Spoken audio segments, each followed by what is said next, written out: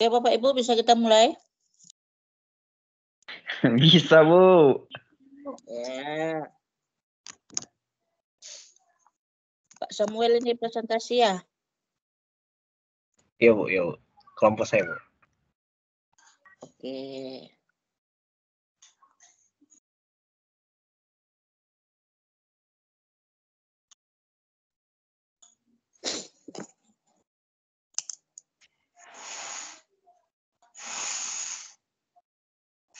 Saya buka dulu ya.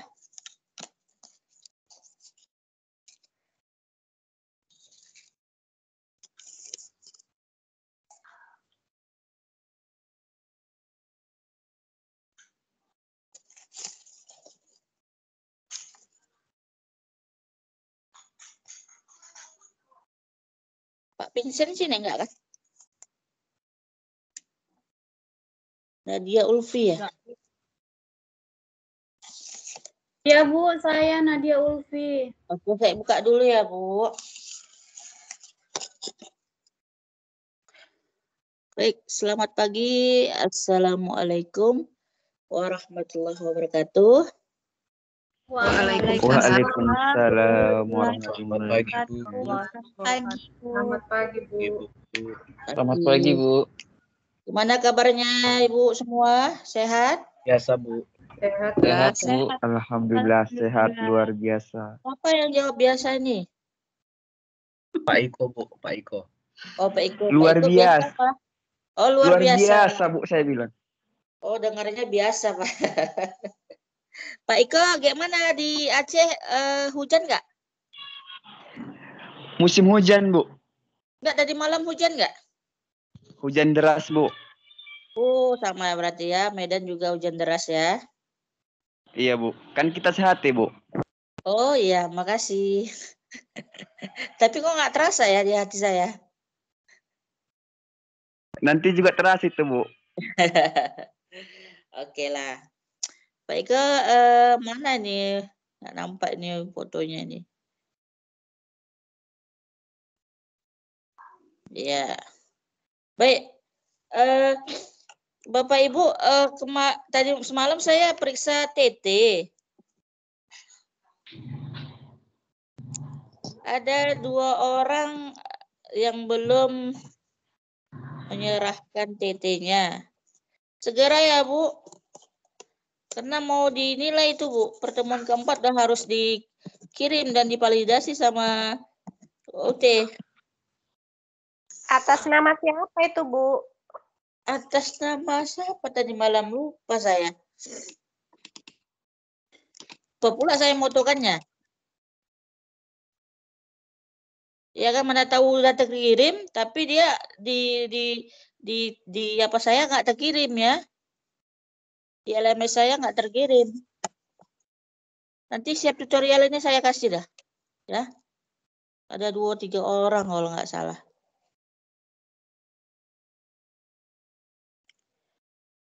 Baik, Ibu Bapak, saya mau menjawab TT1. Ibu Bapak dulu, kita bahas dulu TT-nya ya. Kita bahas dulu TT-nya.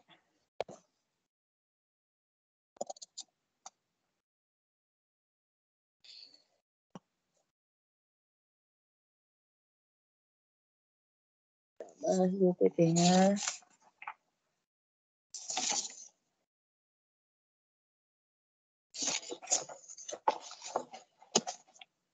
Gimana soalnya mudah kan?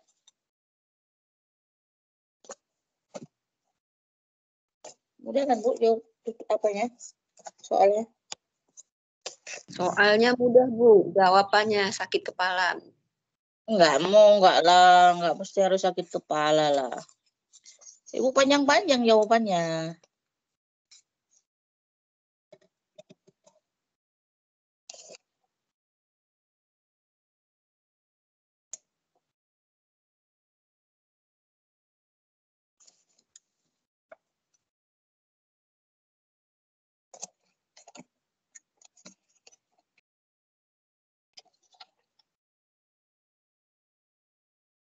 Bentar ya. Ibu silakan absen di LMS ya, boleh ya. Absen di LMS nanti ya. Jangan lupa absensinya di LMS.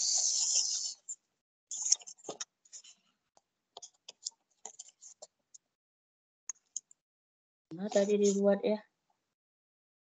Share.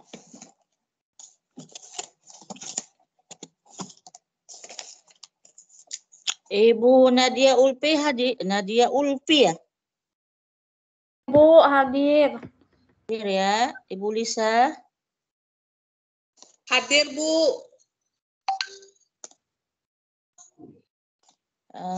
Mariano, Bapak Mariano.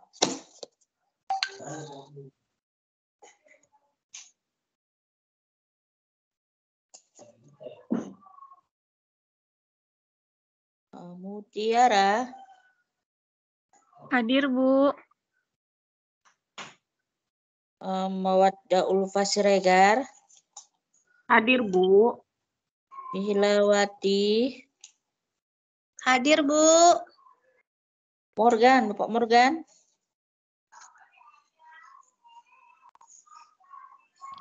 Hadir, Bu. Hadir. Samuel Khotmatwah Girsang. Hadir, Bu.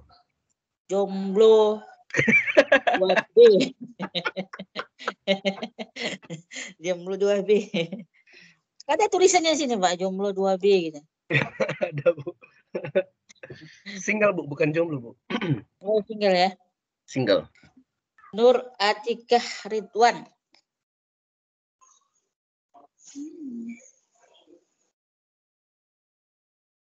Nur Atikah Ridwan.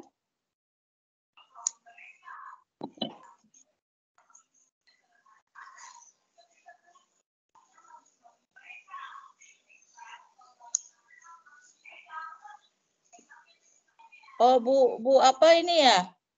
Bu Atika dia terlempar ya? Iya. WA saya deh.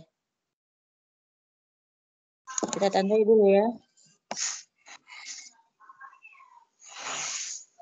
Marini Putrisari. Hadir, Bu.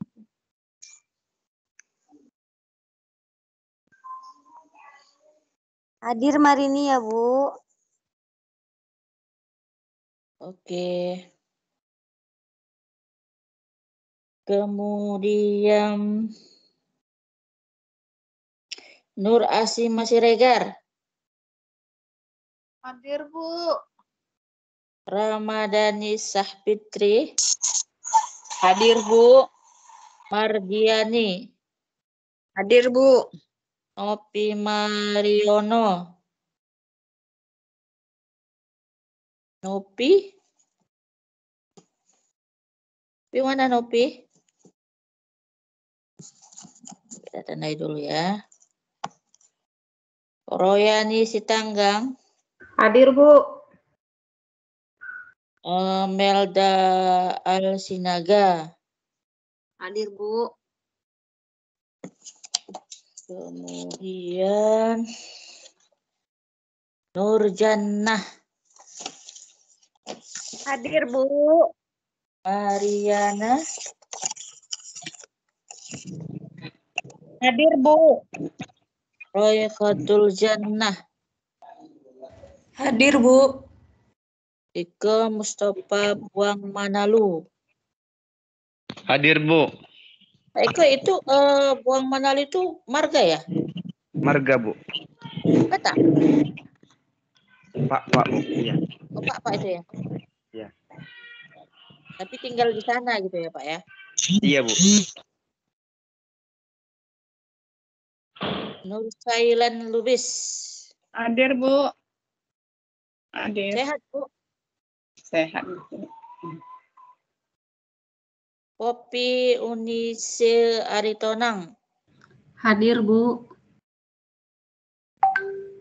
Lisa Puspita Daulay. Tidak ada, Bu. Hah? Nggak ada, Bu. Kenapa deh? Kemana deh? Emang dari awal nggak ada, Bu? Lisa Puspita Daulay? Iya, Liza Puspita. Kemana ini anak? Dari awal semester 1 nggak ada, Bu. Tapi kok ada di absensi? Kurang tahu juga, Bu. Oh mungkin ini yang nggak ada updatingnya itu ya. Iya, Bu, mungkin tuh. Rustilas Taida Simbolon.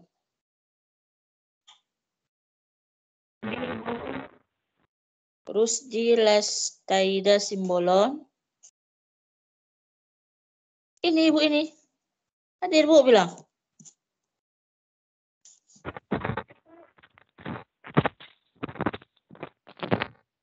Bu Rusdi dengar nggak? Dengar, Bu. Oh ya. Margaret. Hadir, Bu. Hadir. Margaret ya hadir ya.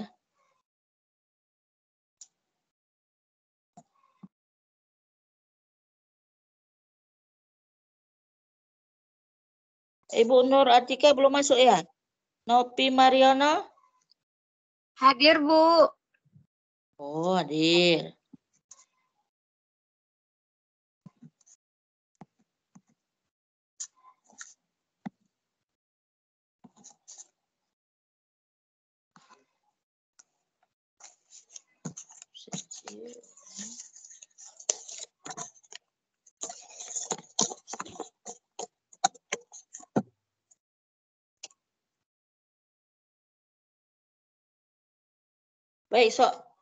Baik, soal yang saya berikan di TT1 itu ada 3.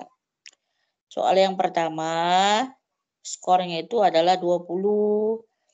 Soal yang kedua itu adalah skornya 60. Sedangkan soal yang ketiga itu soalnya 20. Jadi kalau dikumpulkan di keseluruhan, nilainya itu adalah 100 ya. Mari kita bahas ya. Yang pertama itu kan definisi anak usia dini, definisi ABK ya. Nah, jawabannya adalah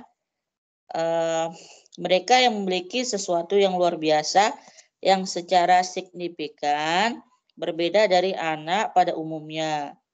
Keluarbiasaan ini bisa di atas rata-rata dan juga di bawah rata-rata dari anak normal, ya kan? Kalau yang di atas itu yang positif, yang di bawah itu adalah negatif, ya.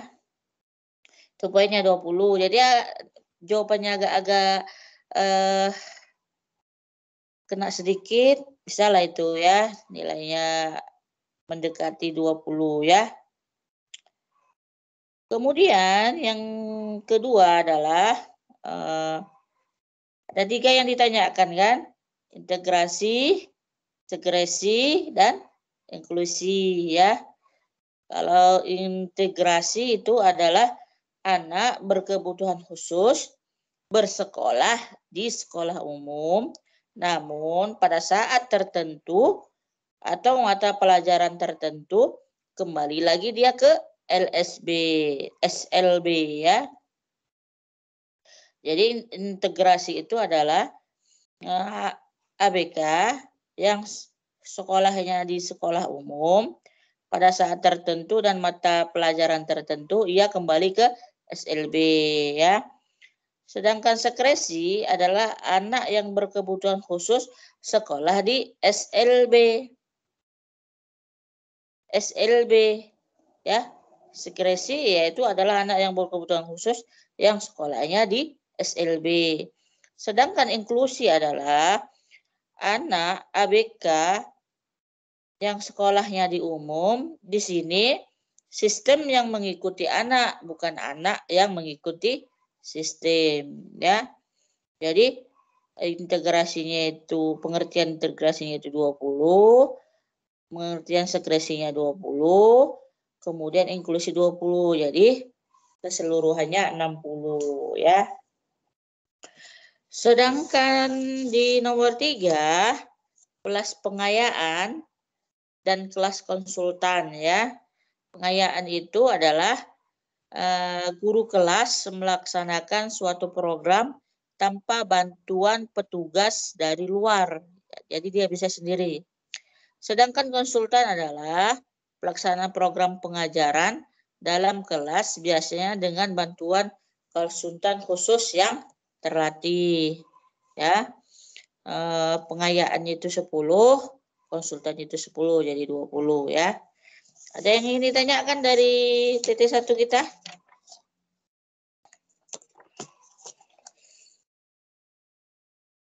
Ada yang ingin ditanyakan Pak Samuel? Samuel Jilkin. Pas Pak? Pas Bu, pas Bu. Oke. Baik Bapak Ibu, Pak Samuel mau presentasi ya? Tentang ketunanetraan ya? Iya Bu, kelompok saya Bu. Boleh silakan Pak. Oke Bu. Saya izin share screen Bu ya. Boleh.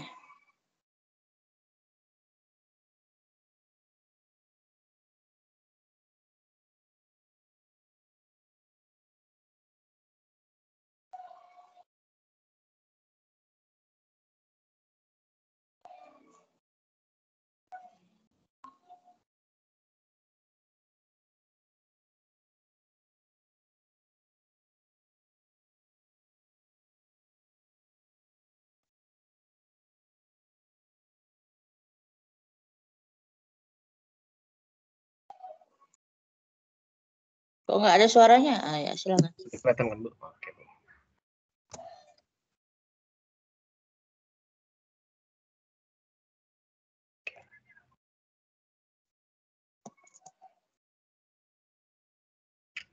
Oke, ya kami dari kelompok 2 membahas tentang modul 4 pendidikan anak tunanetra. Nah, di sini kami terdiri dari Ibu Mardiani, Ibu Melda, Bu Popi, dan saya sendiri Samuel. Kemudian moderatornya nanti Ibu Melda. Ibu Melda, apakah sudah siap? Baik Pak Samuel, terima kasih. Terima kasih Bu.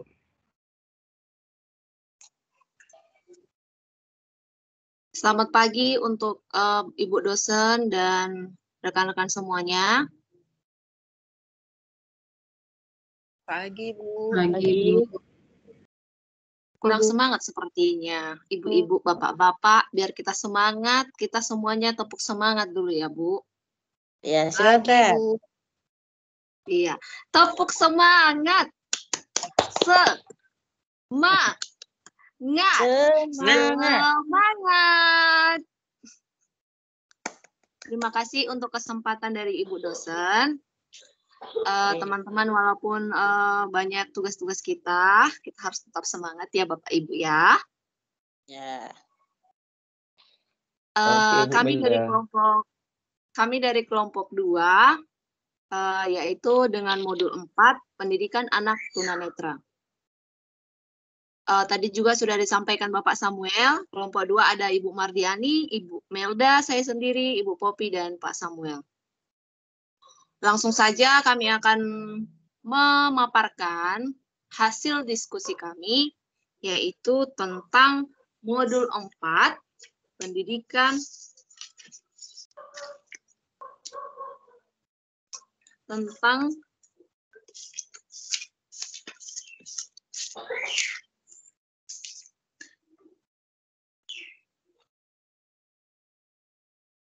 definisi, klasifikasi, penyebab, dan cara pencegahan terjadinya ketunanetraan.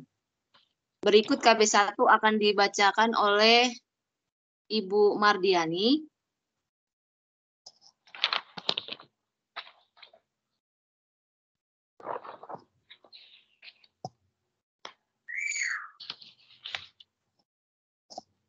Baik, Ibu, terima kasih. Saya akan membacakan kegiatan belajar 1, yaitu definisi, klasifikasi, penyebab, dan cara pencegahan terjadinya ketunanetraan. Mohon maaf, ketunanetraannya ketinggalan ini, Bu. Ya, Pak, lanjut. Ada definisi legal, definisi berdasarkan peraturan perundang-undangan, yaitu orang yang dikategorikan sebagai buta atau blind, tidak hanya mereka yang buta total, melainkan juga mereka yang masih mempunyai sedikit sisa penglihatan. Itu yang dimaksud dengan definisi legal. Yaitu dalam definisi legal ini ada dua aspek, yaitu ketajaman penglihatan, visual acuity, dan medan pandang, visual field. Kemudian selanjutnya Pak, ada definisi edukasi, yaitu atau definisi educational atau fungsional, yaitu orang yang mempunyai tingkat ketajaman penglihatan yang sama, ya, penglihatan yang sama dan bidang pandang yang sama, tetapi belum tentu menunjukkan keberfungsian yang sama. Itu maksud dari definisi edukasi atau educational fungsional. Nah, seseorang yang dikatakan tunanetra apabila untuk kegiatan pembelajarannya dia memerlukan alat bantu khusus, metode khusus, atau teknik-teknik tertentu, sehingga dia dapat belajar tanpa penglihatan atau dengan penglihatan terbatas. Kategorikan menjadi dua, yaitu buta blind tadi dan tunanetra ringan atau low vision. Nah, penyebab dari ketunanetraan itu ada beberapa macam. Yang pertama adalah albinisme. Albinisme adalah kondisi herediter di mana terdapat kekurangan pigmen pada sebagian atau seluruh tubuh. Kemudian ada amblyopia, yaitu amblyopia diterapkan pada penglihatan yang buruk yang tidak diakibatkan oleh suatu penyakit yang dapat teramati dan yang tidak dapat dikoreksi oleh kacamata. Kemudian ada buta warna. Kondisi ini biasanya lebih menonjol kejadiannya pada laki-laki sekitar 8% dibandingkan dengan sekitar 0,5% pada wanita. Ini merupakan warisan berdasarkan garis kelamin, ya, warisan yang berdasarkan garis kelamin melalui kromosom jantan. Meskipun dapat pula terjadi akibat keracunan atau penyakit retina. Kemudian yang keempat ada cedera atau trauma pada radiasi. Nah, pada masa ini di mana penyembuhan terhadap penyakit senantiasa terus berkembang.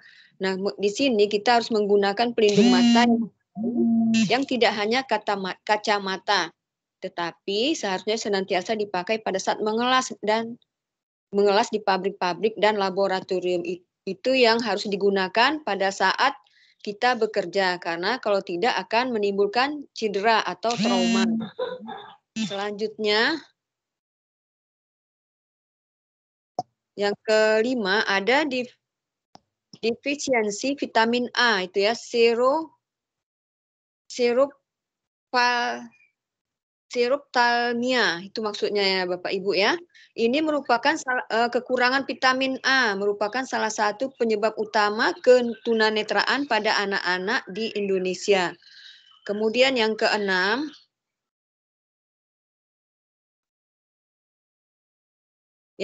ada glaukoma. Glaukoma ini adalah cairan bening di dalam bagian mata depan yang tidak mengalir keluar sebagaimana mestinya.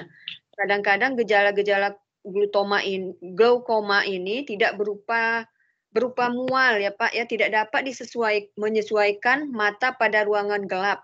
Dia bisa tiba-tiba terjadi glaukoma karena tekanan bola mata yang tinggi. Itu biasanya penyebab dari glaukoma ini. Kemudian ada yang ketujuh, yaitu katarak. Katarak adalah kekeruhan atau keburaman pada lensa mata sehingga menghambat masuknya cahaya ke dalam mata.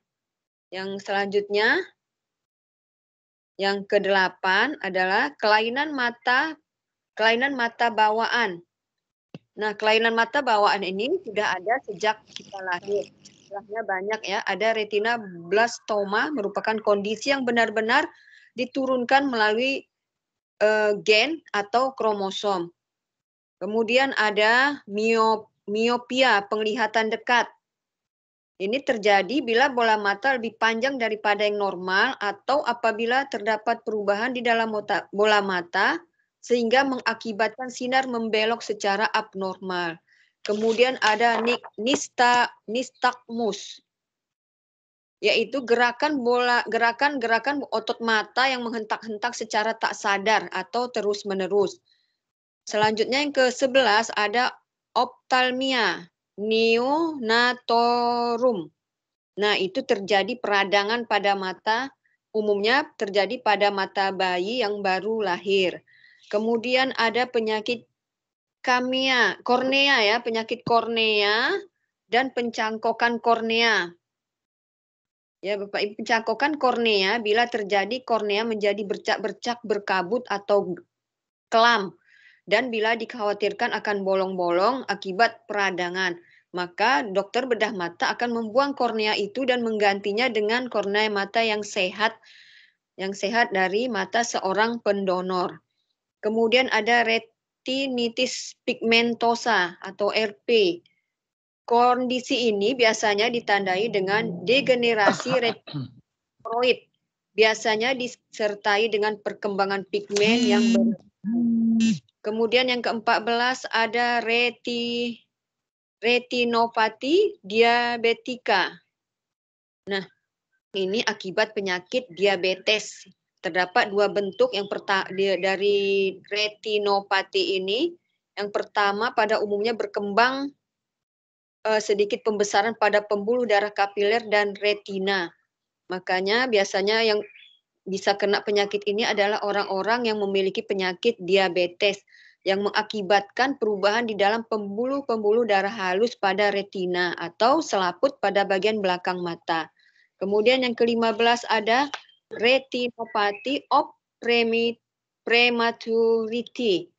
Ya, ini berkembang dari kondisi yang pernah diduga akibat dari pembedahan bayi yang baru lahir. Seringkali bayi prematur terlalu banyak oksigen di dalam inkubator. Hal inilah yang menyebabkan ROP ini.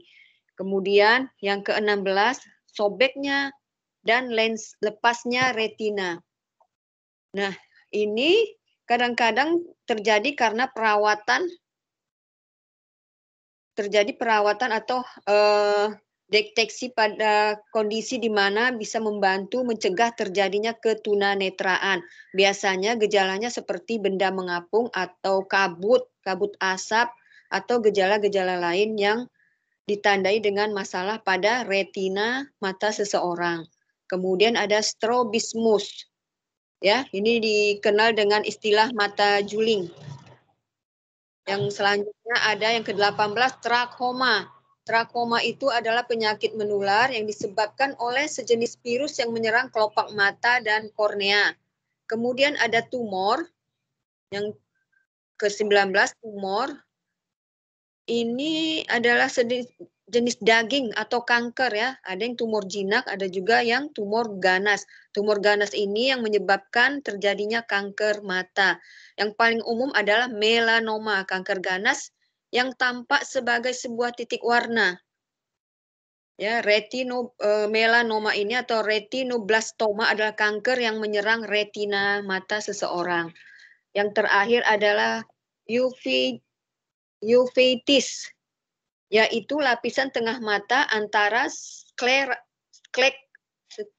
dan retina, disebut dengan uveitis. Gejala-gejalanya mencakup terlalu peka terhadap silau, penglihatan kabur, rasa sakit, dan mata merah. Nah, bagaimana pencegahan terjadinya ketunanetraan ini? Pencegahannya yaitu dengan cara memberantas penyakit mata, kemudian pelatihan personel, memperkuat instruktur perawatan mata yang ada, kemudian penggunaan teknologi yang tepat dan terjangkau, dan mobilisasi sumber-sumber yang ada. Itu dia cara pencegahan terjadinya ketunanetraan. Nah, ini dia ada Vision 2020, pencegahan dan pemberantasan penyakit, pelatihan personel, memperkuat infrastruktur perawatan mata yang ada, penggunaan teknologi yang tepat dan terjangkau. Jadi ya, terakhir mobilisasi sumber-sumber. Nah, kembali kita Saya kembalikan kepada Ibu Melda untuk melanjutkan KB 2. Ya, Bu Melda. Ya, Bu. Terima kasih, Bu. Dan untuk KB selanjutnya dilanjutkan oleh Pak Samuel dan Ibu Popi.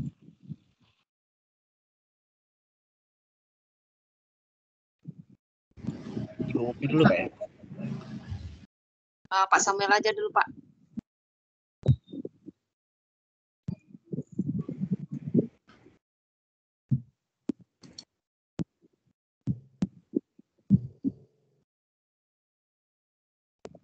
Saya lanjutkan sisanya saja ya. Yang pencegahan tadi saya tambahan, tadi ada pencegahan itu terdiri dari 3, primer, kemudian ada pencegahan sekunder dan tersier. Nah, kemudian tadi yang vision tadi sudah ada caranya. Kemudian ada juga yang dari WHO, yaitu memperkuat program kesehatan dasar mata, program mereka.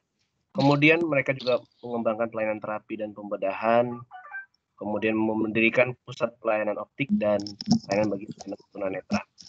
Nah, kemudian ada 10 strategi utama dalam pencegahan. Yang pertama adalah profilaksis, kemudian imunisasi, kemudian perawatan kehamilan yang tepat bagi wanita hamil, perawatan neonatal, perbaikan gizi, pendidikan, penyuluhan genetika, perundang-undangan, deteksi dan intervensi dini, dan meningkatkan higien dan perawatan kesehatan. Oke. Kemudian kita masuk ke KB2. KB2 itu adalah dampak ketunanetraan terhadap kehidupan seorang individu. Nah,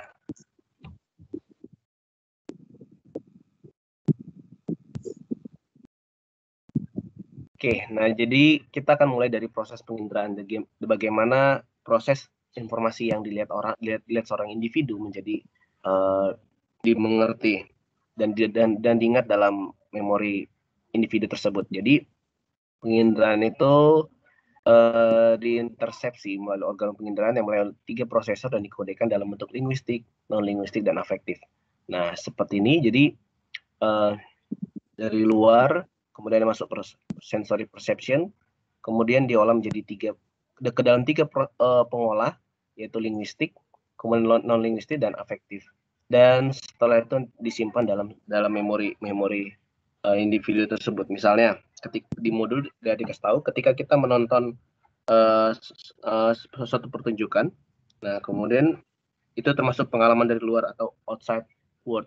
Nah, kemudian informasi pertama yang diterimanya tentang pengalaman baru ini akan berupa data penginderaan mentah. Nah, kemudian data tersebut akan segera dikodekan dalam ketiga bentuk di atas. Dia akan mengkodekan data sensoris ini secara linguistik, yaitu informasi tentang pergulatan matador, karena pasti apa yang kita lihat biasanya itu mengandung suara, ada suaranya. Kemudian dia akan mengkodekan data itu juga dalam bentuk non-linguistik, yaitu citra mental tentang matador, dan akhirnya dia akan mengkodekan secara afektif, yaitu sebagai perasaan emosi yang kuat. Jadi ada secara audio, kemudian non-linguistiknya sebagai visual, dia melihat apa yang terjadi di depannya, di sekitarnya. Kemudian yang afektifnya adalah apa yang dirasakan. Misalnya dia senang dalam pertunjukan matador, berarti dia akan ingat, sama seperti kita, kalau misalnya kita kan pasti akan ingat satu momen yang kita paling suka atau kita paling benci. Nah, biasanya kalau yang sedang-sedang itu kita kadang sering melupakannya. Oke, kemudian nanti itu disimpan dalam sebuah memori, dan ini tergantung dari seberapa besar afektifnya, dia apakah masuk ke short memory atau long term memory. Oke, kemudian, nah di sini bagian B-nya adalah latihan keterampilan penginderaan. Jadi ini kita akan bahas bagaimana jika seorang individu tunanetra itu melatih keterampilan penginderaan lain selain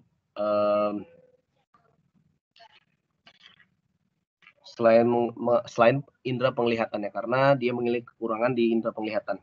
Oke, yang perlu dilatih adalah pertama indera pendengaran. Nah, jadi mungkin kita sering lihat orang orang tunanetra itu biasanya salah satu indera yang paling diunggulkan adalah indera pendengarannya. Nah, jadi dengan melatih keterampilan indera pendengaran tanpa menggunakan indera penglihatan Anda, di sini artinya lebih ditujukan kepada individu tunanetranya, Anda dapat menyadari apa yang sedang dilakukan oleh orang sekitar Anda melalui informasi bunyi yang telah ada di sana. Nah, ini indera pendengaran ini adalah salah satu indera yang paling diunggulkan dari individu yang tunanetra.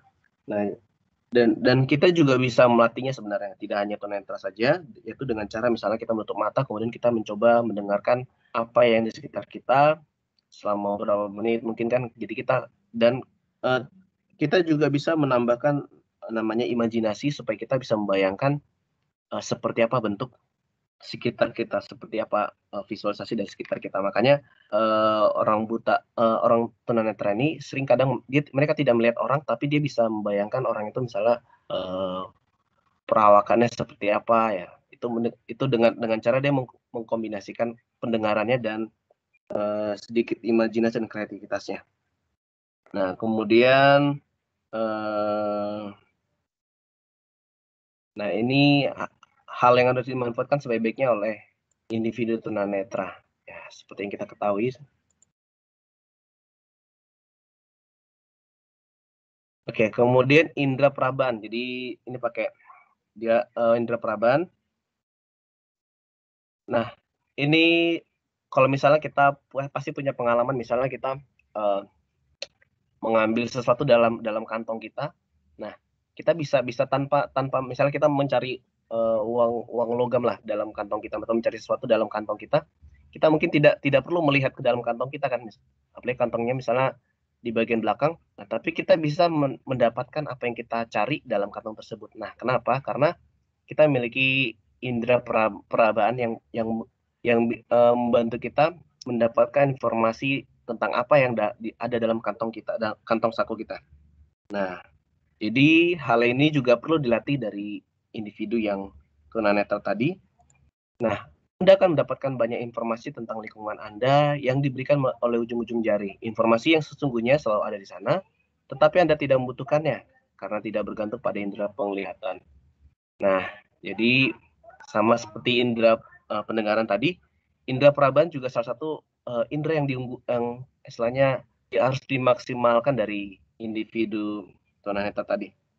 Nah, dan tidak hanya kalau di sini dibuat ujung-ujung jari, tapi sebenarnya tidak hanya ujung jari, tapi juga seluruh bagian tubuh kita seperti kulit, kemudian kaki, kemudian bahkan sikut atau rambut pun bisa jadi indera perabaan kita.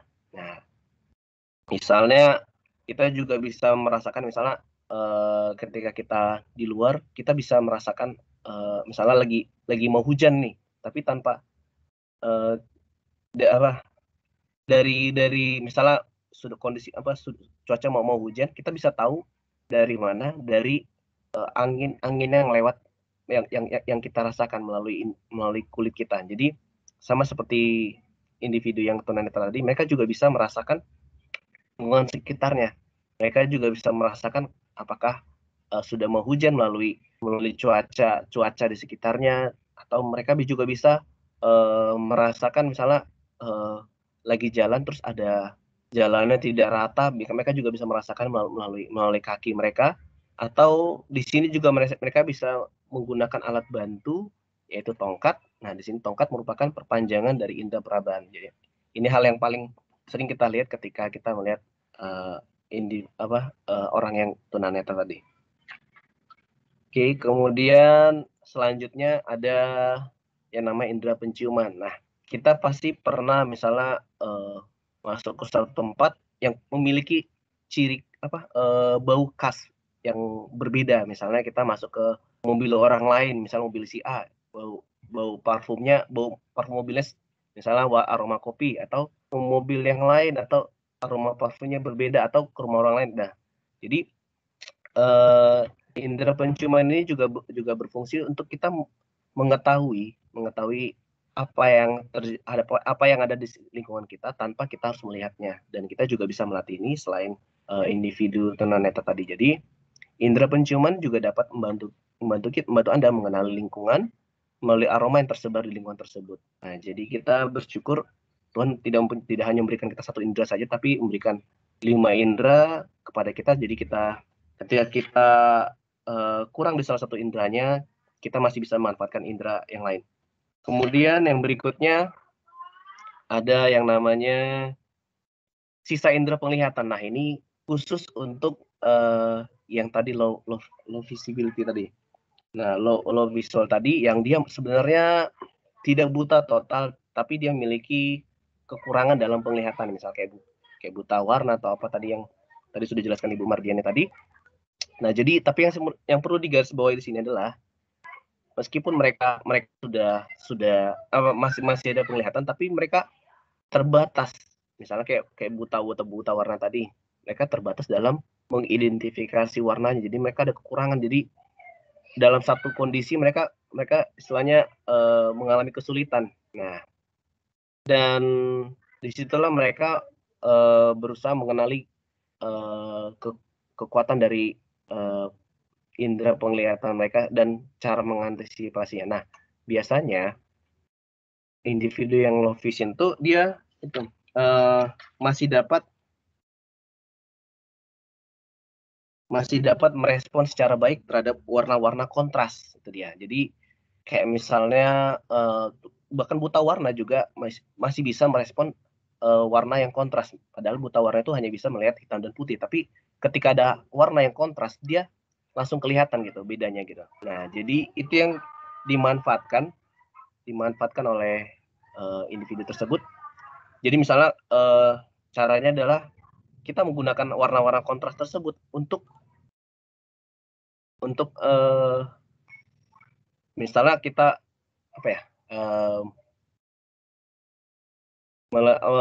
mendekorasi suatu ruangan dengan warna kontras supaya ketika kita meletakkan suatu barang itu bisa terlihat gitu.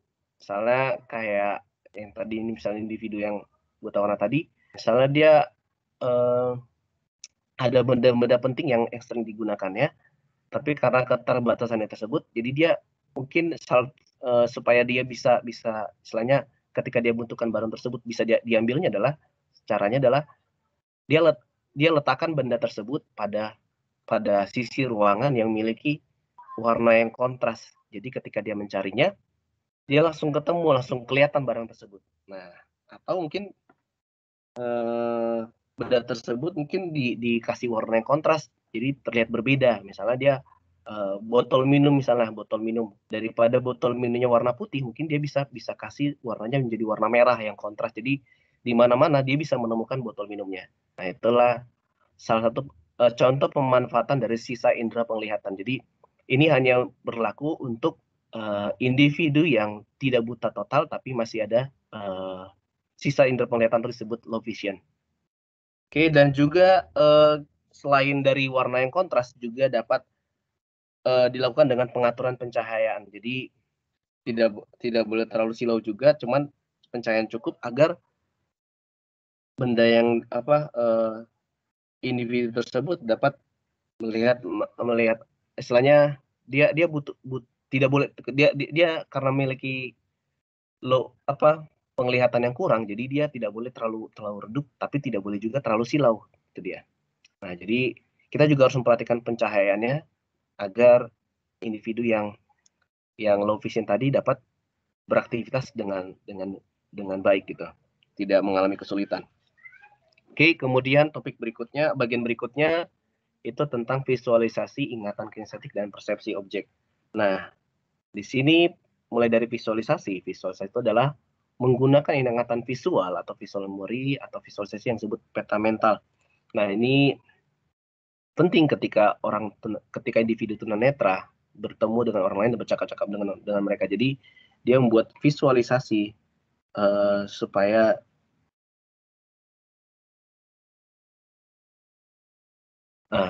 visualisasi untuk dia membantu dia dalam mengenali orang yang misalnya dia ketemu sama orang, dia perlu misalnya menyentuh orang tersebut bersalaman atau berbicara dengan orang tersebut supaya dia bisa mengambil gambaran gimana lawan bicara tersebut.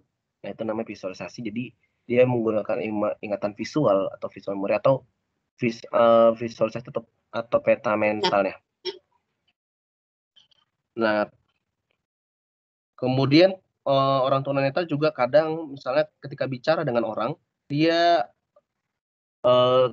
kalau kita lihat misalnya kita bicara dengan individu tunanetra, kadang mereka pasti itu menghadapkan wajahnya ke kita seolah-olah dia melihat kita, tapi enggak. Tapi itu adalah cara visualisasi mereka untuk mendapatkan informasi tentang lawan bicaranya. Dan kita juga bisa membantu individu tunanetra, membantu mereka dalam visualisasi mereka. Misalnya ketika kita melihat orang tunanetra dalam satu ruangan, kita bisa mungkin bantunya dengan cara memberitahukan misalnya, Pak atau Ibu itu di sebelah sana nanti ada gini ada gini membantu mereka supaya mereka tidak misalnya terhalang sesuatu gitu. Misalnya ketika mereka masuk ruangan terus ada kursi di depannya, ya kita jangan biarkan dia, tapi kita bisa geser, atau misalnya kalau misalnya tempat tersebut misalnya tidak rata jalannya, kita beritahu supaya dia bisa membuat antisipasi. Itulah mungkin salah satu contoh kita membantu visualisasi mereka. Dan kemudian ada lagi yang namanya ingatan kinestetik. Kinestetik berarti artinya gerakan. Nah, ingatan kinestetik itu adalah ingatan tentang kesadaran gerak otot yang dihasilkan oleh interaksi antara indera perabahan, berarti anggota tubuh, propriosepsi, dan keseimbangan yang berpusat di bagian atas dari telinga bagian dalam. Nah, jadi prosesnya di bagian telinga karena itu berhubungan dengan kinestetik. Dan ingatan kinestetik hanya terbentuk sesudah orang tersebut melakukan gerakan yang sama di daerah yang sama secara berulang-ulang. Mungkin kita pernah lihat ada orang seperti saya pernah lihat ada orang tua murid yang buta, yang tunanetra, tapi dia bisa istilahnya turun dari becak gitu kan ke sekolah, ngantar dia ke kantor kepala sekolah, tapi dia istilahnya nggak, kalau sekilas kita lihat mungkin dia kayak normal gitu, tapi sebenarnya dia buta gitu. Nah, tapi taunya buta adalah dari tongkatnya gitu. Tapi sekilas, kalau kita lihat sekilas, dia kayak normal-normal aja. Kenapa? Karena dia sudah pernah mengalami kejadian seperti itu. Jadi, dan itu berulang-ulang, nggak cuma sekali dua kali, tapi berkali-kali gitu. Nah, itu yang namanya ingatan kinestetik. Kemudian di sini melakukan gerakan yang sama, daerah yang sama secara berulang-ulang. Itulah kinestetik. Jadi berhubungan dengan gerakan. Oke, kemudian namanya ada persepsi objek. Ada namanya persepsi objek, itu suatu kemampuan yang memungkinkan individu tunanetra menyadari bahwa suatu benda hadir di sampingnya atau di hadapannya, meskipun dia tidak memiliki penglihatan dan tidak menyentuh benda tersebut. Nah, ini mungkin sering disebut orang sebagai indera keenam. Nah, jadi inilah seperti gabungan dari beberapa indera-indera yang dimilikinya. Akhirnya dia bisa merasakan sesuatu, misalnya kayak feeling lah istilahnya. Misalnya dia lagi duduk terus tiba-tiba ada yang datang, tapi dia tahu, oh ini ada yang datang. Kenapa? Karena dia istilahnya memadukan beberapa indera, misalnya dari suara, terus mungkin dari aroma mungkin, terus dari macam-macam lah, pokoknya dia memadukan beberapa inderanya, dan pengalamannya akhirnya dia bisa menyadari kalau ada suatu benda hadir sampingnya atau di depan, meskipun dia tidak memiliki penglihatan dan tidak menyentuh benda tersebut. Nah, persepsi objek ini dapat digunakan untuk melindungi dirinya dari menabrak benda-benda besar dan mendapatkan rasa aman bila berjalan berkeliling. Nah, jadi kalau misalnya kita lihat, kalau misalnya dia ada individu yang sudah tunanetra dari awal, biasanya mereka tidak canggung lagi ketika berjalan gitu. Mereka sudah bisa berjalan seperti normal, meskipun harus bantuan tongkat, tapi mereka tidak canggung. Misalnya kalau misalnya kita misalnya kita coba tutup mata terus kita coba suruh jalan, pasti kita akan nabrak sana sini kan, karena kita belum terbiasa. Tapi kalau untuk orang yang tunanetra yang sudah lama gitu, mereka sudah terbiasa untuk membentuk persepsi objek terhadap lingkungannya. Bahkan mungkin mereka jadi lebih sensitif dari orang biasanya. Nah, itu dia. Kemudian Di sini juga ada dikasih tahu bagaimana sih cara membantu orang tunanetra. Nah, Pak di Samuel, modul kita, ya, kenapa? Ini dilanjutkan oleh Bu Popi ya, Oh Pak. iya, oke Bu. Oke. Baik, Kasih terima kasih Bu Melda. Terima kasih Pak Samuel. Sudah panjang Oke penjelasannya. Bu. Ya, diborong semua sama Pak Samuelnya, diborong semua. Kelupaan Bu. Nggak baca chat di grup tadi Bu. Bagi tugas tadi. Baik, terima kasih Ibu. Saya lanjutkan. Selanjutnya, bagaimana cara membantu seorang tunanetra? Cara menuntun orang tunanetra yaitu yang pertama dengan kontak pertama, artinya setelah kita berkomunikasi menawarkan tawaran untuk menuntun orang tunanetra tersebut, maka kita menyentuhkan punggung tangan kita ke punggung tangannya. Tujuannya agar orang tunanetra dapat mengetahui dengan pasti bagian lengan kita yang dipegangnya sebagai tumpuan tuntunannya. Lalu yang kedua, dengan cara memegang. Yang memegang adalah orang yang tunanetra tersebut.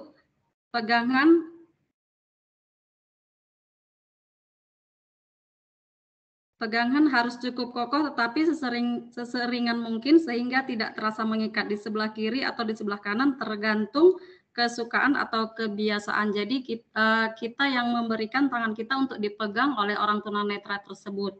Yang ketiga, dengan cara posisi pegangan. Pada saat berjalan, lengan kita harus tetap lemas. Dan lengan tunanetra juga harus lemas. Sikutnya bengkok membentuk sudut 90 derajat, berjalan di samping kita. Lalu cara berikutnya, membuka atau menutup pintu. Pada saat berjalan menuju pintu tertutup, sebaiknya si tunanetra berjalan di sebelah engsel pintu, lalu kita membuka pintu dan membiarkan dia yang menutupnya. Lalu berikutnya, cara menuntun melewati tangga, kita berhentilah sejenak ketika kita tiba di awal tangga, lalu kita katakan kepadanya bahwa apakah tangga itu naik atau turun. Kita harus selalu berada satu anak tangga di depan. Berhenti sejenak lagi, lalu jika sudah tiba di akhir tangga, kita komunikasikan kepadanya bahwa dia akan melewati anak tangga terakhir. Lalu melangkahi lubang. Jika dia harus melangkahi lubang, kita harus selalu mengatakan kepadanya bahwa dia akan melangkahi lubang, berhenti sejenak sebelum melangkah, dan kita harus melangkah lebih dulu agar dia dapat memperkirakan seberapa jauh dia harus melangkah. Lalu untuk cara duduk di kursi, untuk mempersilakan duduk, rabakan tangan kita ke sandaran atau tangan kursi, maka selanjutnya merabakan tangannya ke sandaran atau ke tangan kursi, maka selanjutnya dia dapat mencari sendiri tempat duduknya. Lalu cara untuk naik ke dalam mobil, bila pintu mobil tertutup, rabakan tangannya ke handle pintu. Bila pintu mobil sudah terbuka, rabakan tangannya ke tepi atau mobil itu, atau ke tepi dindingnya bila mobil itu terlalu tinggi. Selanjutnya, kita percayakan kepadanya untuk mendapatkan tempat duduknya sendiri. Lanjut, Pak. Selanjutnya, cara mengorientasikan.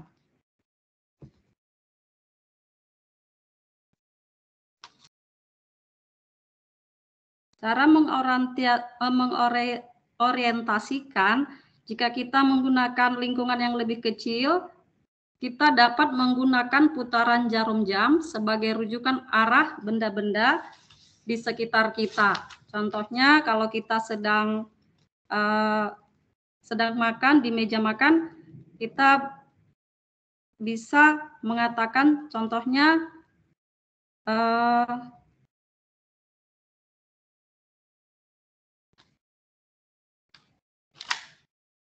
Contohnya kita mengatakan bahwa ikan ada di arah jam 9, sambal ada di arah jam 12, tahu ada di arah jam 6, dan sebagainya. Kita bisa mengarahkan itu kepada seorang tunanetra. Lanjut, Pak. Lalu kita lanjut pada kegiatan belajar 3. Pendidikan bagi siswa tunanetra di sekolah umum dalam setting pendidikan inklusif.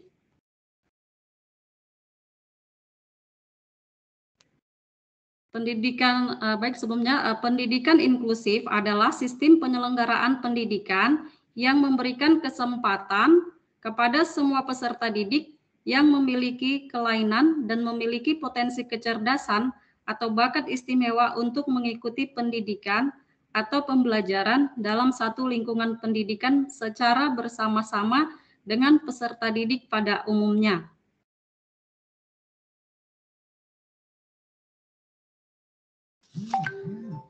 Selanjutnya, kebutuhan khusus pendidikan siswa tunanetra. Kebutuhan pendidikan khusus yang diciptakan oleh ketunanetraan itu dapat dirangkum sebagai berikut. Yang pertama, kehilangan penglihatan dapat mengakibatkan terlambatnya perkembangan konsep yang apabila tidak mendapat intervensi yang efektif, berdampak sangat buruk terhadap perkembangan sosial, emosi, akademik, dan vokasionalnya. Yang kedua, siswa tunanetra sering harus belajar melalui media alternatif menggunakan indera-indera lain. Yang ketiga, siswa tunanetra sering memerlukan pengajaran individual karena pengajaran klasikal untuk belajar keterampilan-keterampilan khusus mungkin tidak akan begitu bermakna baginya. Yang keempat, siswa tunanetra sering membutuhkan keterampilan-keterampilan khusus serta buku materi dan peralatan khusus untuk belajar melalui media alternatif. Yang kelima, siswa tunanetra terbatas dalam memperoleh informasi melalui belajar secara insidental karena mereka sering tidak menyadari adanya kegiatan-kegiatan kecil yang terjadi di dalam lingkungannya. Lanjutkan, Pak, slide-nya. Jadi beberapa penjelasan untuk kebutuhan khusus tersebut. Yang pertama, pengembangan konsep. Konsep yaitu simbol atau istilah yang menggambarkan suatu objek, kejadian atau keadaan tertentu. Untuk membentuk suatu konsep, diperlukan informasi sensoris dari indera untuk diolah dan disimpan dalam otak. Lanjut, Pak.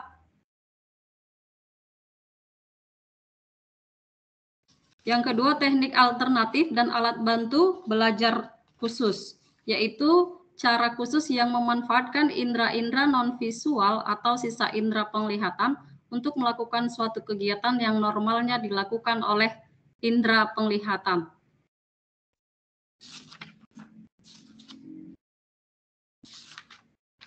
Lanjut, Pak. Yang ketiga, keterampilan sosial atau emosional, yaitu alat utama untuk berinteraksi sosial, yang adalah kegiatan bermain, tetapi sosial dengan sebayanya yang awas. Tanpa keterampilan, anak tunanetra sering kehilangan kesempatan untuk berinteraksi dan menjadi terpencil dalam kelompoknya.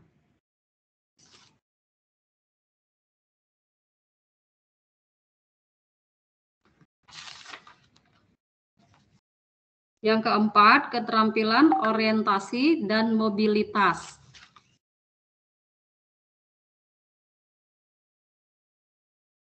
Keterampilan mobilitas adalah keterampilan untuk bergerak secara leluasa di dalam lingkungannya.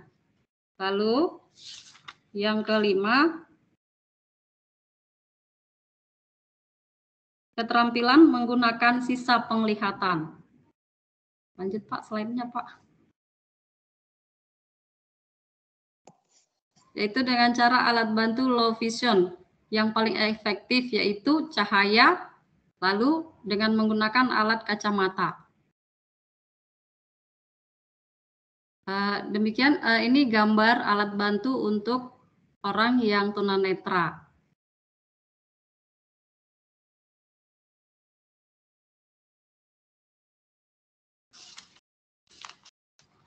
Lalu materi selanjutnya, strategi dan media pembelajaran.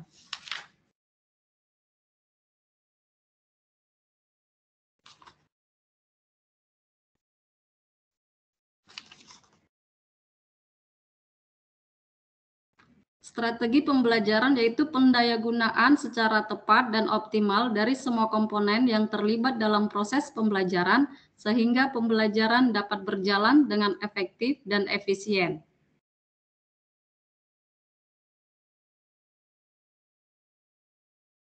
Media pembelajaran yaitu komponen yang tidak dilepaskan dari suatu proses pembelajaran seperti alat peraga, alat bantu pembelajaran.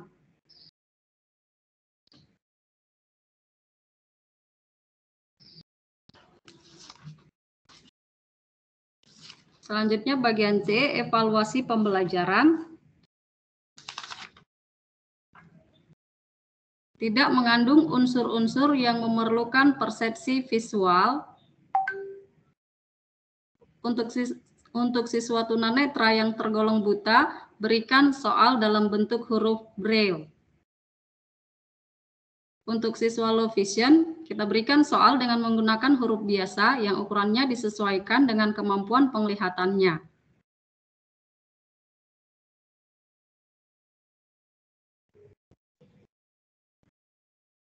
Baik, terima kasih. Mungkin sampai di sana presentasi kami, Bu. Saya kembalikan kepada moderator. Luar biasa ya lamanya. Masya Allah.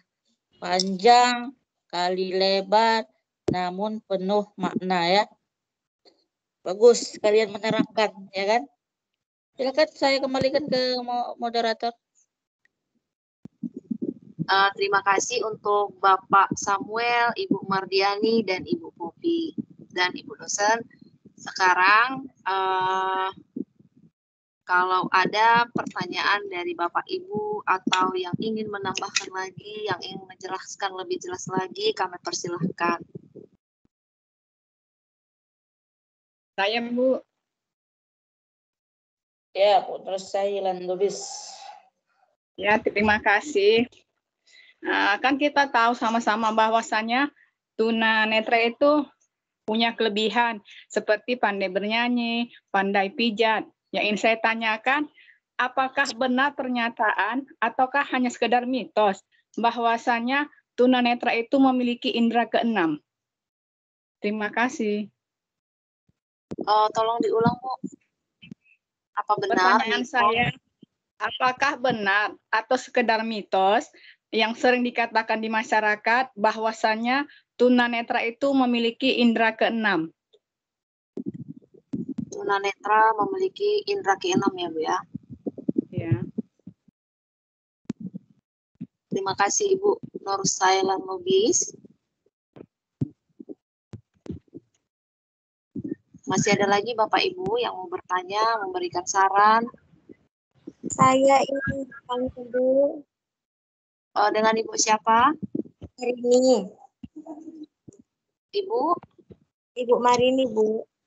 Oh, Ibu Marini. Selamat siang, Ibu Marini. Selamat siang, Ibu Melda.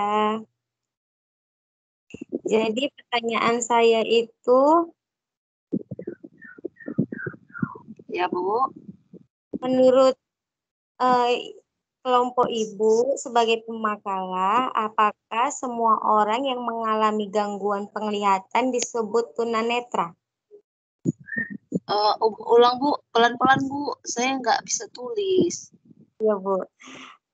Apakah menurut kelompok Ibu semua orang yang mengalami gangguan penglihatan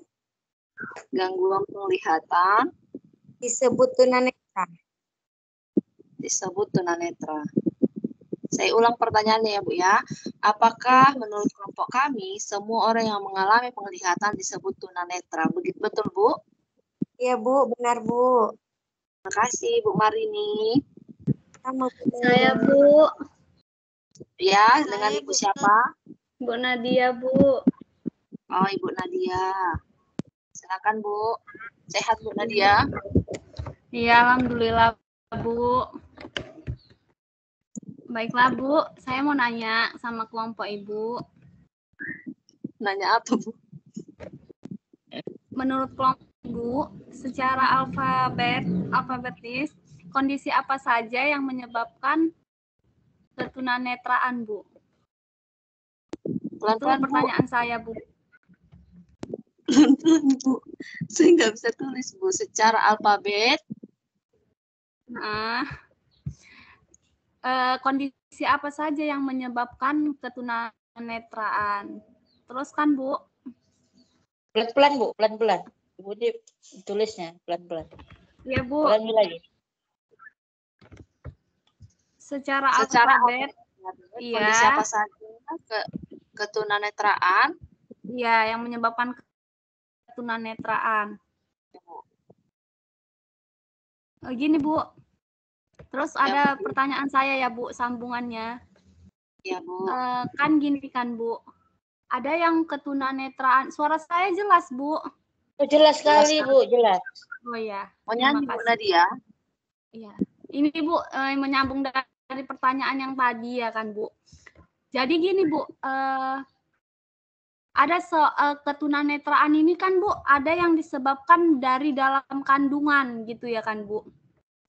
Telah divonis oleh dokter USG gitu pada saat kita yang udah menikah ini ya, yang udah punya anak gitu kan, divonis oleh dokter USG-nya kalau anak yang di dalamnya ini bermasalah ya kan, Bu. Salah satu masalahnya itu adalah ketunanetraan. Nah, yang ingin saya tanyakan pada kelompok ibu, terutama buat ibu yang udah memiliki anak ya gitu ya, Bu. Apakah setelah divonis dokter itu kita itu berat ya, Bu, tantangannya? Apalagi kita udah divonis dokter selama 9 bulan kita mengandung, tiba-tiba keadaan anak itu tidak seperti yang kita harapkan. Jadi bagaimana menurut Ibu dengan masalah tersebut gitu, Bu? Tanggapan dari Ibu tentang masalah tersebut gitu. Apa Ibu menerima takdir dari Yang Maha Kuasa tentang itu? Tentunya kan kalau kita jalanin itu berat ya, Bu ya. Apalagi itu kan masalahnya sepanjang hidup gitu ya kan, Bu. Mesti ada biaya pengobatan yang luar biasa baru itu bisa terjadi gitu, Bu. Bisa disembuhkan lah gitu, Bu. Bu Nadia ini curi stat. Ini sebenarnya mau saya tanyakan ini di TT2, ini curi stat ya. Oh, nggak tahu saya, Bu. Jadi kebetulan kan kalau udah dijawab ya kan, Bu. Jadi itu saja sih, Bu. Berarti nggak ada TT2 ini, Bu. Ya, nggak ada TT2 udah. Pertanyaannya kan nanti kayak gini, bagaimana tanggapan Anda kalau di keluarga Anda atau di lingkungan Anda mengalami ABK misalnya gitu kan? Kan sama itu kan? Kan seperti itu juga pertanyaan. Ya, itulah, Bu, pertanyaannya, Bu. Kira-kira Kan? paparannya Curi seperti stat ya? Sehati berarti ya, Bu ya? Sehati kita. Berarti Bu Nadia punya indra keenam, Bu. Iya. Ke-8, Bu, udah. Udah kan pertanyaannya kan? Udah dicatat Ya, udah, kan? Bu. Makasih ya, Bu. Udah, Bu. Udah Panjang dicatat. sekali pertanyaan Bu Nadia. Ya, kasih waktu kelompok Pak Samuel, kasih waktu kelompok Pak Samuel 3 hari untuk menjawab ini ya. Oke, Bu. 3 hari.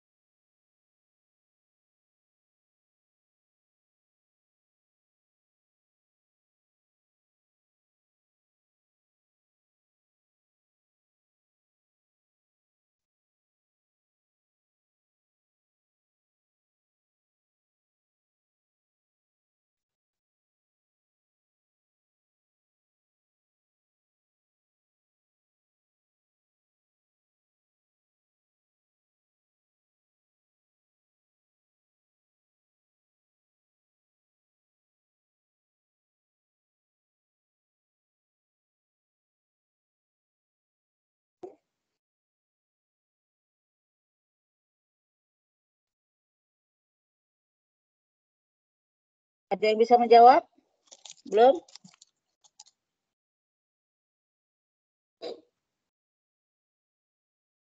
Satu menit lagi ya, Bu. Kalau saya ya menjawab pertanyaan dari siapa tadi, Bu Ulpa ya? Ulpi ya, Nadia Ulfi ya. Seandainya nih, ya kan, di USG anak tersebut mengalami tunanetra gitu. Bagaimana tanggapan kita sebagai ibu ya? Meneruskan atau menggugurkan ya? Ya, begitulah kira-kira ya. Kalau menurut saya anak itu kan anugerah ya. Anak itu adalah anugerah ya. Belum tentu semua perempuan itu dianugerahi suatu nama yang namanya hamil ya. Ada juga perempuan atau wanita yang tidak bisa mengandung. Mohon maaf ya, mohon maaf. Jadi ketika Tuhan memberikan kepercayaan untuk hamil, terima apa adanya. Ya. Tapi kalau seandainya mau memilih anak yang di USG tunanetra atau tidak, maka kita memilih tidak tunanetra. Bagaimana caranya? Bisa jadi kita mungkin kita harus memperbanyak makan makanan yang bergizi, ya, nutrisi yang bergizi, protein yang bergizi. Nah, bisa jadi anak yang di USG tadi yang tunanetra tadi, bisa jadi orang tuanya tidak memberikan asupan gizi yang baik, ya. Nah, seandainya terjadi, syukuri dan nikmati. Mungkin itu jalan Tuhan untuk memberikan kita rezeki ya. Nah, anak-anak yang seperti ini biasanya menurut kita orang-orang yang sudah mengalaminya, bahwa anak-anak yang seperti ini adalah anak-anak yang pembawa rezeki, ya, bawa rezeki. Tapi kalau menurut saya, ikhlas, terima apa adanya, syukuri dan nikmati, itu adalah anugerah dari Tuhan. Itu kalau menurut saya ya, menurut saya. Kecuali anak itu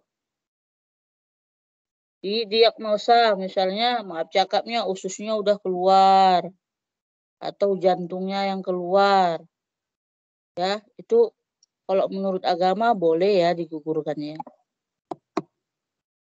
Tapi biasanya anak yang seperti itu pun ketika dia lahir, maaf cakapnya waktu usianya pun paling 2 hari biasanya. Itulah keuntungan USG itu, kita bisa mendeteksi janin ya. Itu kalau menurut saya. Mungkin ada yang menambahkan?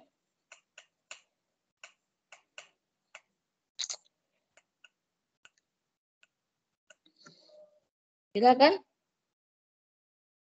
Baik Bu, untuk pertanyaan yang pertama akan dijawab oleh Ibu Popi. Pertanyaan dari Ibu Nur Sailan Lubis. Baik, terima kasih Bu. Saya akan coba jawab pertanyaan Ibu Nur Sailan. Tadi menanyakan bahwa kita sering mendengar bahwa orang tunanetra itu kemungkinan memiliki indera keenam.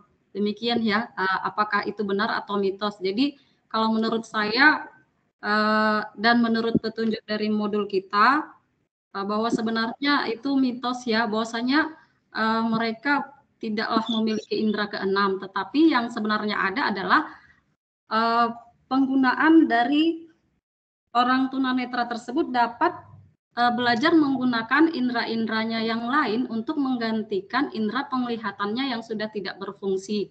Jadi kita memang mungkin karena kita masih bisa melihat, jadi satu-satunya informasi yang kita dapat hanya dengan melihat. Jadi Tapi bagi orang yang tunanetra, karena matanya tidak bisa berfungsi lagi, jadi dia mungkin menggunakan indera-inderanya yang lain untuk menggantikan penglihatannya untuk mengetahui informasi di sekitarnya. Sama seperti yang tadi sudah kita sampaikan di makalah, ada latihan keterampilan penginderaan itu untuk menggantikan alat indera kita yang rusak, yaitu mata kita. Jadi sebenarnya tidak ada indera keenam ya, tetapi karena adanya fungsi-fungsi dari indera-indera yang lain untuk menggantikan indera penglihatan kita yang rusak. Mungkin seperti itu, Bu. Terima kasih. Jika ada yang ingin menanggapi atau menambahkan, saya persilakan. Itulah Bu Nur Sailan tadi yang disampaikan sama Pak Samuel tadi. Misalnya dia kan buta tunanetra kan.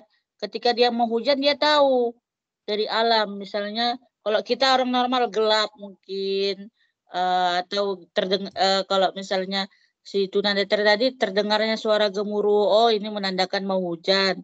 Misalnya gitu kan. Mau memasuki rumah orang, dia tahu ini pewangi ruangannya begitu kan. Sama kayak kita Bu, misalnya kita nggak melihat suami kita, kok harumnya kok harumnya pakai parfum kita ya gitu kan.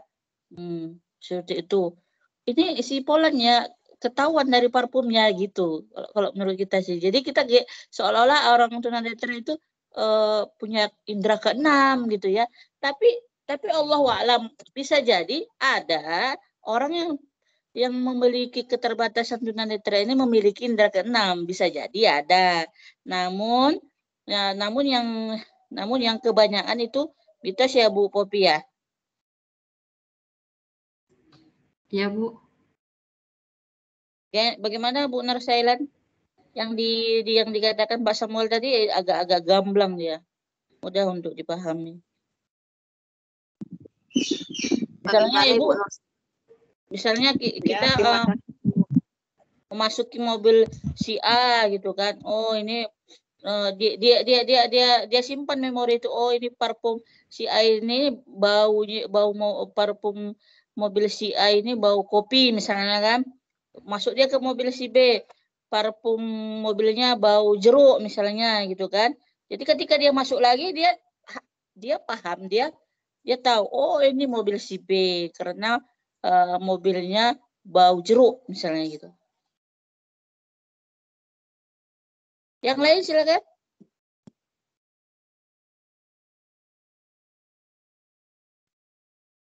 Bapak Ibu ada yang mau menambahkan atau memberi saran? Eko Mustafa. Oke, baik Pak Eko Mustafa, waktu dan tempat kalian persilakan. Kalau menurut saya, setiap adik pasti memiliki kelebihannya masing-masing.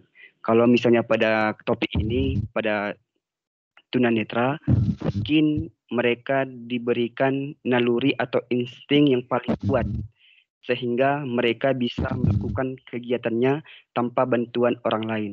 Seperti itu, Bu. Terima kasih Pak Iko Mustafa. Nah, untuk pertanyaan yang kedua dijawab oleh Ibu Mardiani. Baik Ibu Melda, terima kasih. Tolong diulang Bu soalnya Bu, pertanyaannya tadi Bu. Soalnya apakah menurut kelompok kita semua orang yang mengalami gangguan penglihatan disebut tunanetra? Oke, terima kasih Bu, saya akan coba jawab. Menurut saya, orang tunanetra itu adalah orang yang memiliki penglihatan yang sama sekali tidak nampak lagi, sudah buta total. Tidak ada sedikit pun lagi yang bisa dilihatnya, baik cahaya atau apapun. Itu yang disebut dengan tunanetra. Jadi apabila seseorang masih memiliki sedikit penglihatan, dia di bawah sinar matahari atau di bawah cahaya yang terang masih nampak dia untuk melihat, itu disebut dengan low vision atau kurang awas. Kita seperti yang memakai kacamata ini, itu sebagai alat bantu bagi kita yang tidak bisa melihat jauh ataupun melihat dekat, itu disebut dengan kurang awas atau low vision. Jadi tidak semua yang namanya tunanetra itu orang yang betul-betul buta total atau tidak bisa melihat sama sekali. Jadi yang disebut dengan buta total itu adalah yang disebut dengan tunanetra itu yaitu orang yang buta total sama sekali dia tidak bisa melihat. Banyak penyebabnya yang bisa membuat seseorang itu menjadi buta. Ada yang bawaan dari lahir, ada yang penyakit, cedera atau apapun itu seperti glaukoma itu bisa menyebabkan seseorang itu menjadi buta total. Saya kira demikian Ibu Melda. Saya kembalikan ke Ibu Melda. Kalau buta warna gimana?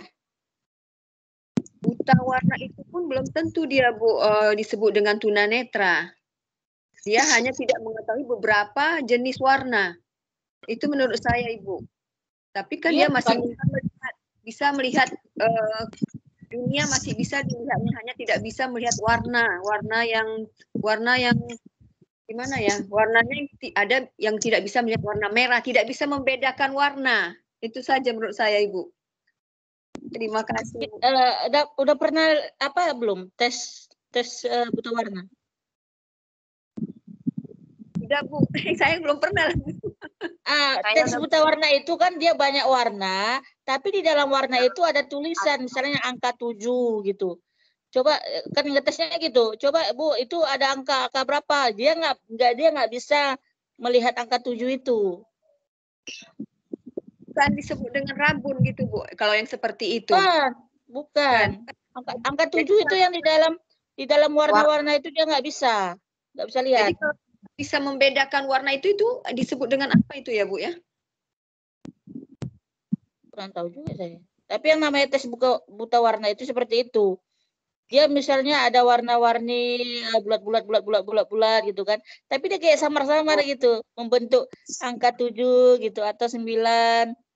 Ya, tergantung pengetesnya lah.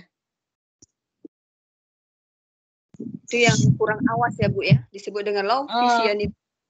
Makanya dokter itu nggak bisa buta warna dia. Takutnya dia nggak bisa membedakan warna kan. Salah suntik pula dibuatnya kan. Atau perawat gitu kan. Dia nggak bisa membedakan cairan-cairan berwarna itu, ada yang pink, ada yang orange ya kan.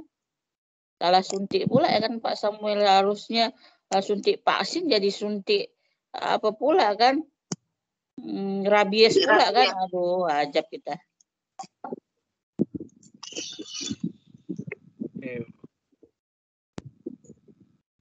Ya, gimana Bu? Udah bisa? Bagaimana Ibu Marini, sudah jelas Bu? Atau ada lagi Bapak Ibu yang mau menambahkan? Jelas Bu. Terima kasih Bu.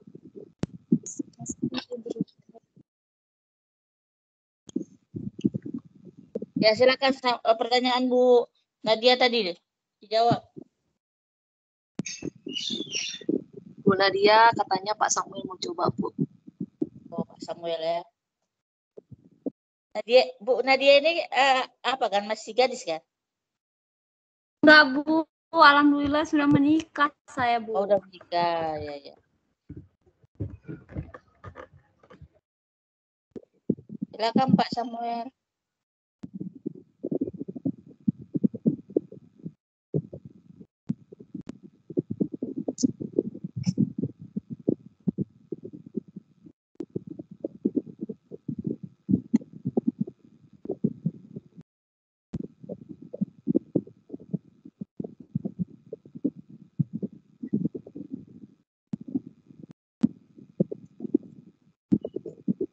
Oke Bu, ya terima kasih atas kesempatan yang diberikan. Tadi pertanyaan Ibu Nadia tadi, kondisi apa saja yang menimbulkan ketunanetraan ya Bu ya, Ibu Nadia?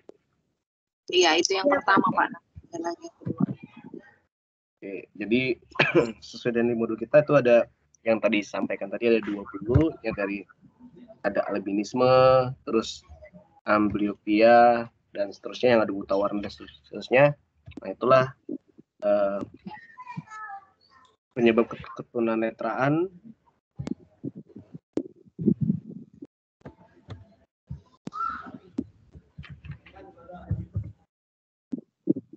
Itu sih Bu penyebab ketunanetraan menurut kami Bu, yang 20 tadi itu Bu. Yang selain dia buta dari lahir Bu. Itu sih Bu. Jadi ada 20 yang dari modul di halaman 410 sampai di 421.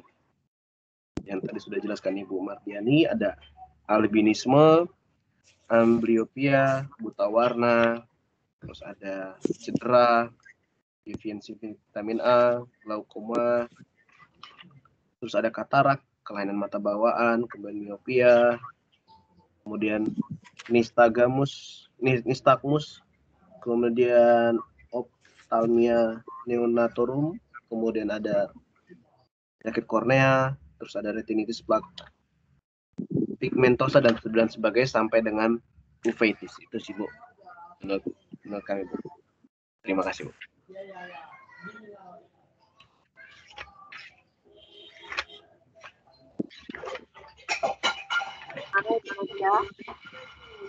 Ya Bu. Iya Bu, udah saya lihat Udah, di modul. oh ya. Tapi tidak menutup kemungkinan lebih dari situ, ada di luar hal di situ sih Bu. Selain itu misalnya bisa aja mungkin kecelakaan, mungkin Bu, bisa juga kecelakaan termasuk cedera atau hal-hal lain yang di lain 20 juga mungkin sih ada itu Bu. Tapi yang ada di modul hanya dijelaskan sampai 20 saja Bu.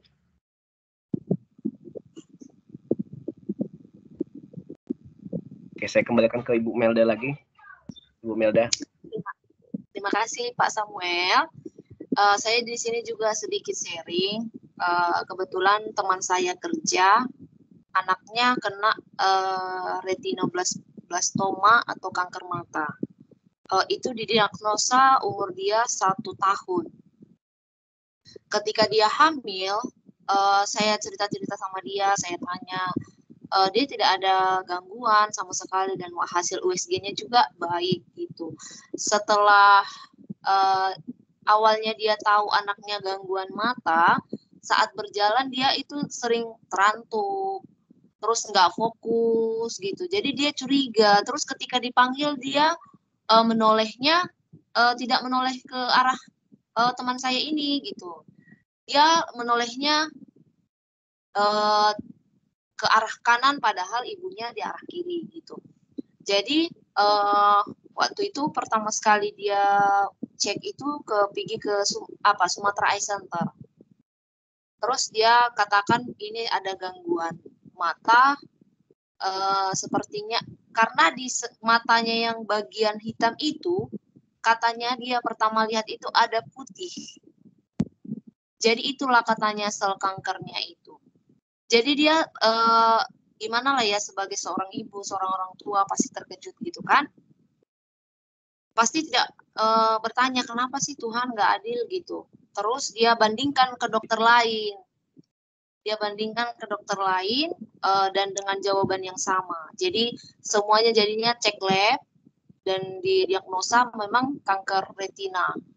Dan sampai sekarang ini dia sudah melakukan kemo kelima kalau nggak salah. Jadi matanya sebelah kanan itu sudah diangkat 1 karena kata dokternya itu supaya tidak mempengaruhi mata yang sebelahnya lagi.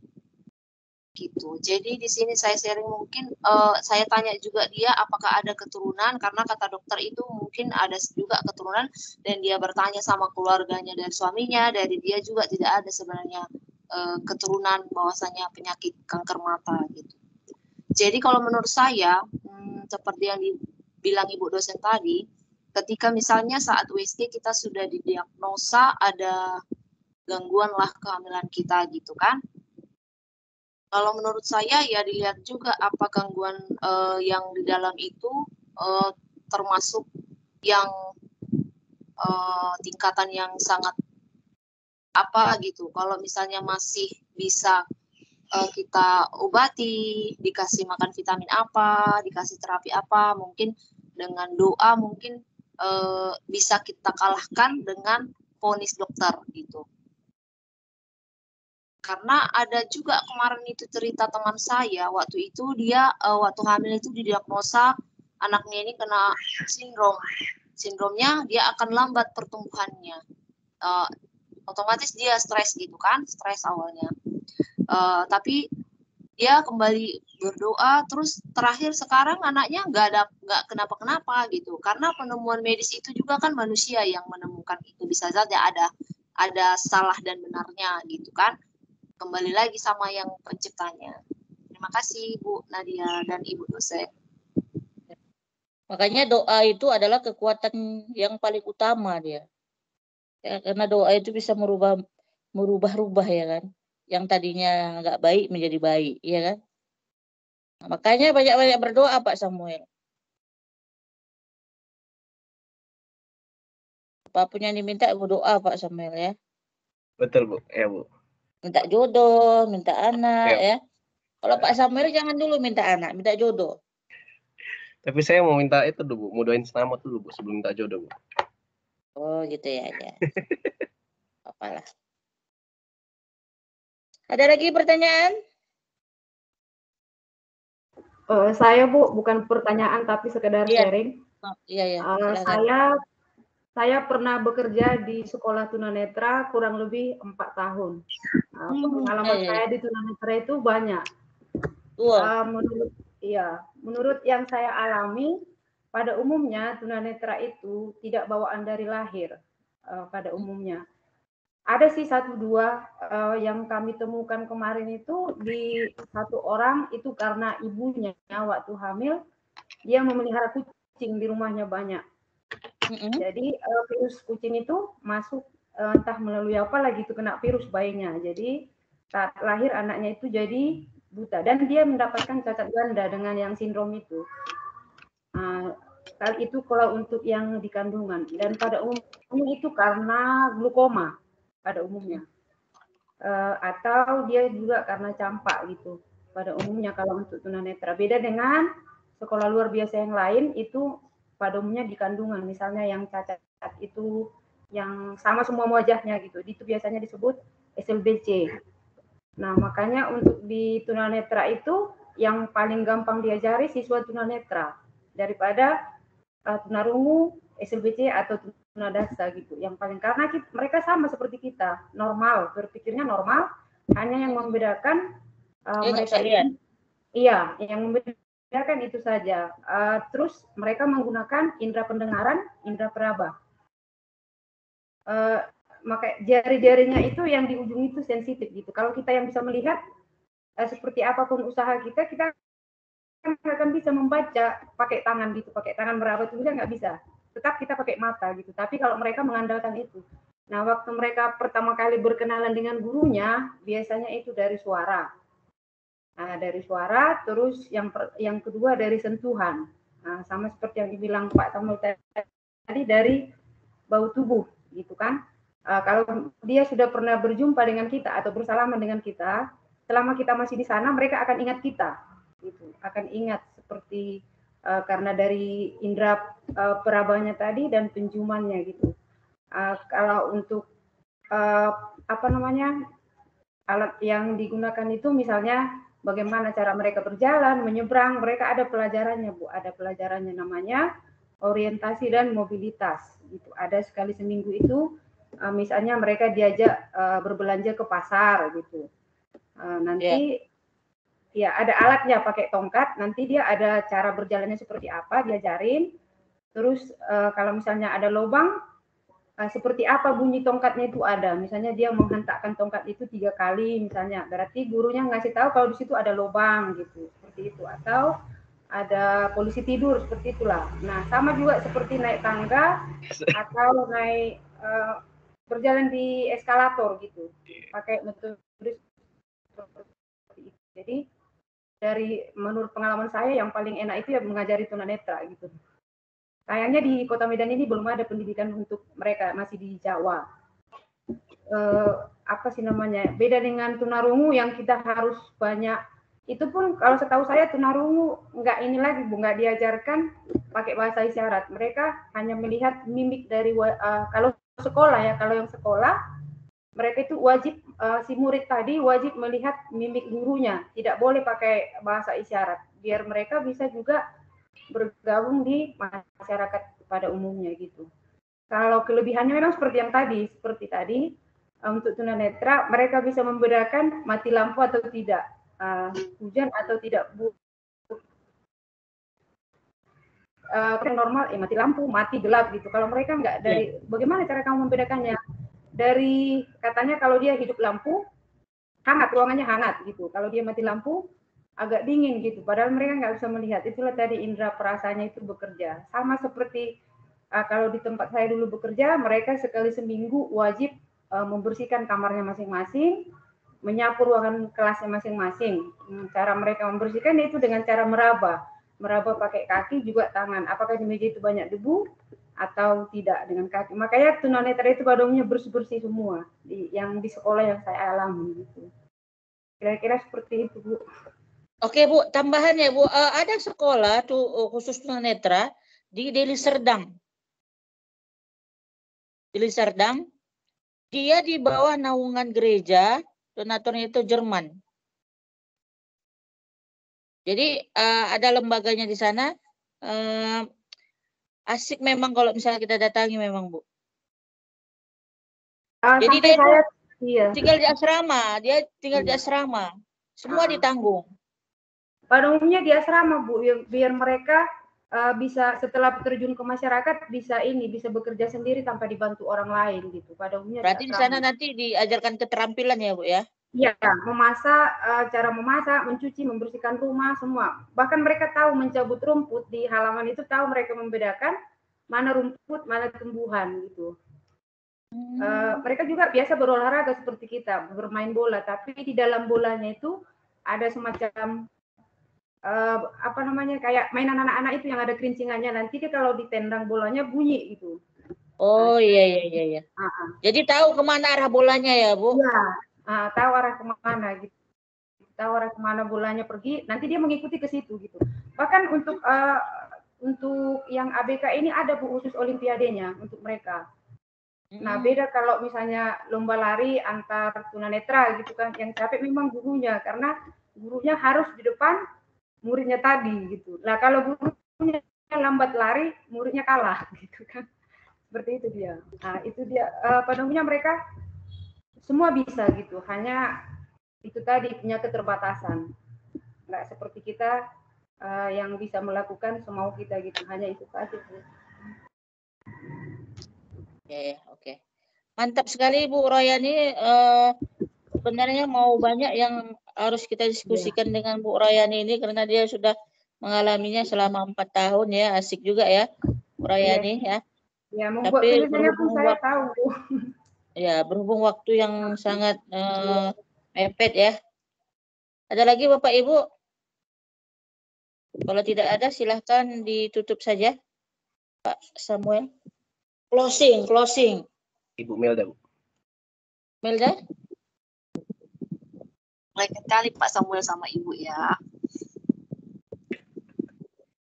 Baik Bapak Ibu dan Ibu dosen, terima kasih atas kerjasamanya. Demikianlah pemaparan dari kelompok 4. Sampai di sini, terima kasih. Saya kembalikan ke Ibu dosen. Iya. Ibu Bapak, terima kasih untuk yang berpartisipasi hari ini. Ya, saya ucapkan terima kasih. Jadi Bapak Ibu, kesimpulan dari tunanetra ini adalah tunanetra itu bisa pembawaan dari lahir. Yang kedua bisa pembawaan dari setelah dia lahir, bisa jadi penyakit, bisa jadi dia insiden kecelakaan ya. Jadi kalau kita melihat orang yang tunanetra ya, dia tidak bisa melihat keindahan dunia ini ya Bu ya.